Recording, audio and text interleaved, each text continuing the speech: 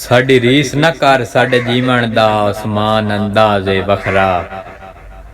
साडी रीस न कर साडे जीवन दा आसमान अंदाज़े वखरा। तू मम्मी डैडी असी जट जै बंदे साडे लैक नी तेरा नखरा। साडी जान जायदाद सजना दी नाले खून दा एक एक कतरा। साडा शौक है उत्थे पैर रखना जिथे होवे खौफ ते खतरा।